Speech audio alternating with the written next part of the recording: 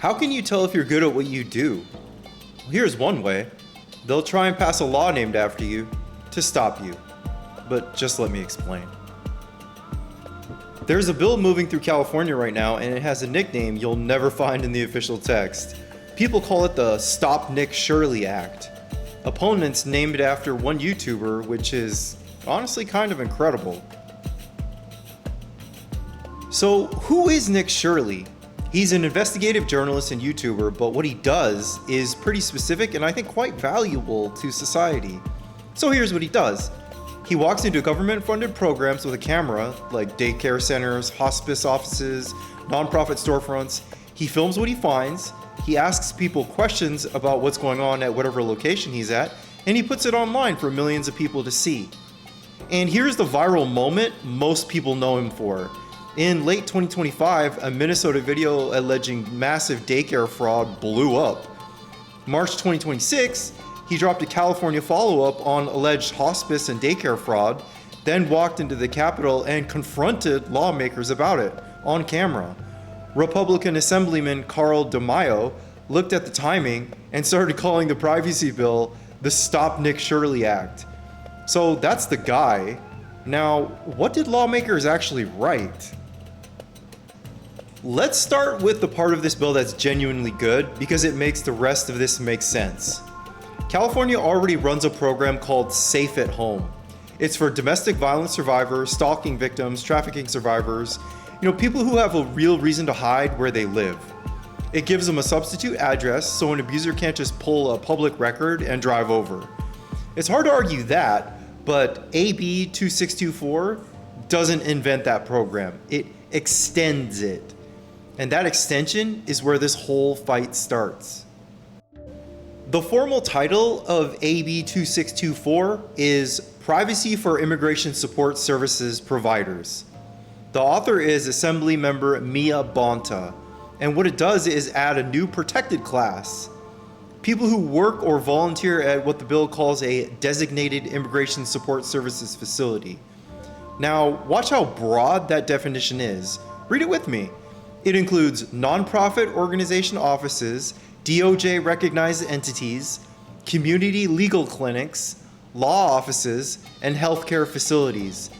Keep that list in your head. It matters in about 2 minutes. Here's the first line that made reporters sit up and take notice. The bill takes the time to define the word image, and an image or quote includes a photograph, video footage, a sketch, or a computer-generated image.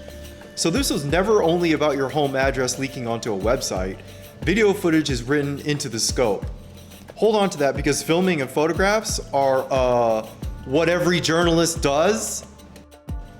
Okay, with that in mind, section 6218.19. A person shall not knowingly post on the internet the personal information or image of a covered worker with specific intent to do one of two things. Either incite someone to cause imminent great bodily harm or threaten them in a way that puts them in objectively reasonable fear for their safety. Okay, so what's that mean in plain English? That's an anti-doxxing law. Post someone's info to get them hurt, banned. When it's said plainly like that, most people would sign it. So let me show you what the bill's authors said about it. The author, Mia Bonta, actually put out a press release titled Setting the Record Straight.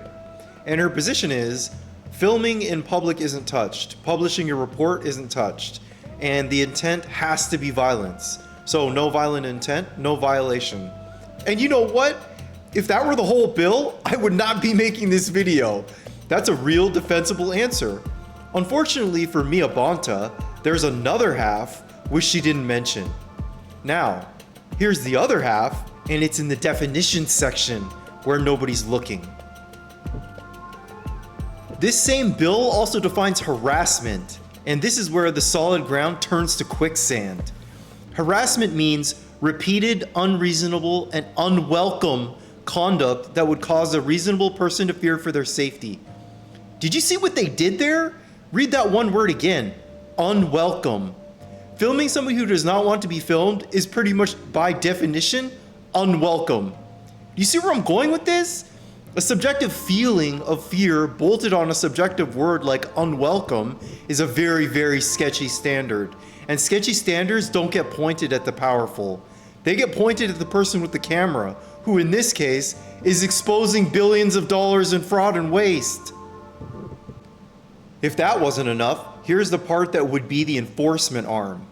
You don't need a prosecutor to enforce what the bill says. The covered worker sends you a written demand.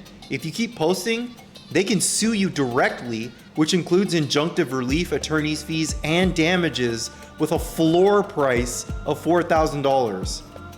That written demand carries a 4-year effect. No district attorney has to agree it was ever a crime. The cost of being wrong lands on you in civil court, potentially per post. That's not a criminal statute you'll probably never brush up against.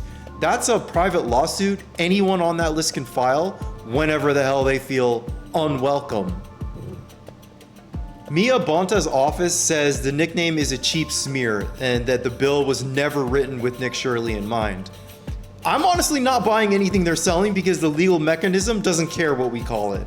A paragraph in a congressional bill doesn't have a favorite YouTuber.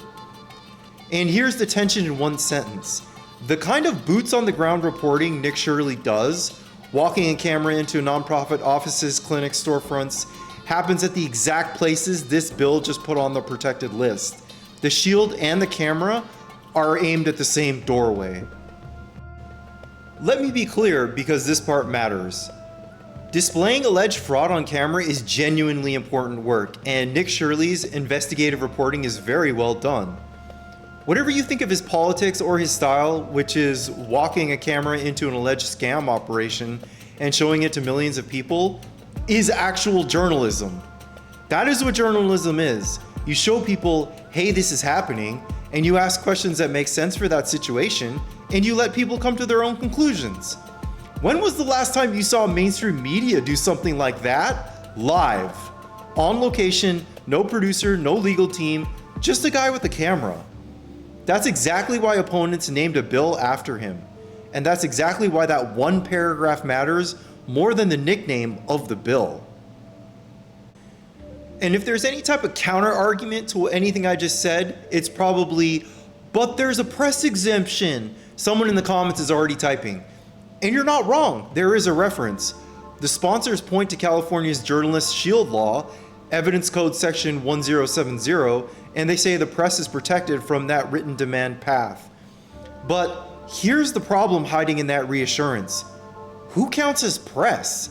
A guy with a phone, a YouTube channel, and no outlet behind him? Does he fit the definition of a journalist when an actual court sits down and reads it?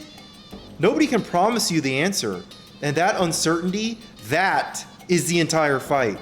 A shield you're not sure covers you is a shield you cannot lean on. So now you've got two stories, and here's the trick. Both of them are quotable and accurate. The sponsor version, it's a narrow anti-doxxing law, violence-only intent, and the press is fine.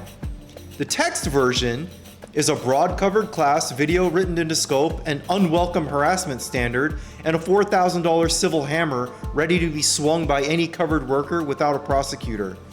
Neither side is technically lying. That's not an accident. That is precisely how a bill gets sold as one thing while it operates as another. Does anyone remember the Patriot Act? And here is one more piece almost everyone misses. You don't have to lose in court to actually lose. If posting one video might cost you $4,000 in a lawsuit and a lawyer you can't afford, what do most normal people do? They just don't post. The law doesn't need to convict a single person to do its job. It only needs to make you hesitate at the door. And a reporter who hesitates at the door of a clinic is a reporter who never films what's happening inside of it. That's not a side effect of this design. For a lot of people, that is the design. So here's my read, and I'll label it clearly as my take. Peel the name off of it. Forget Nick Shirley for 1 second. What you're left with is a broad subjective standard that quietly raises the cost of pointing a camera at the exact places fraud gets exposed. That's not really a fraud bill.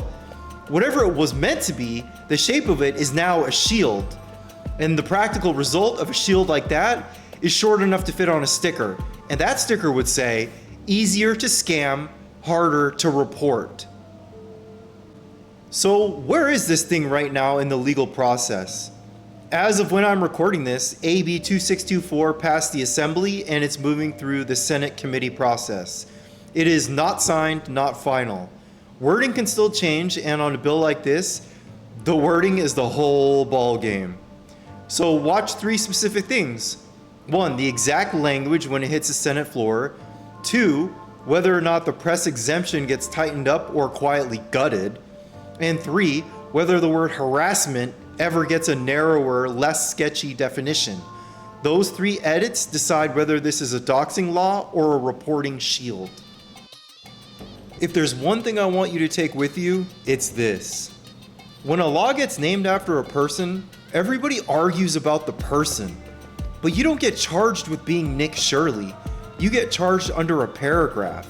And a paragraph doesn't have a face, doesn't have politics, and doesn't care who it lands on next. They're not writing a law against fraud. They're writing a law against filming it. Subscribe if you enjoyed this video because I enjoyed making it, and please subscribe to Nick Shirley's channel. See you in the next one.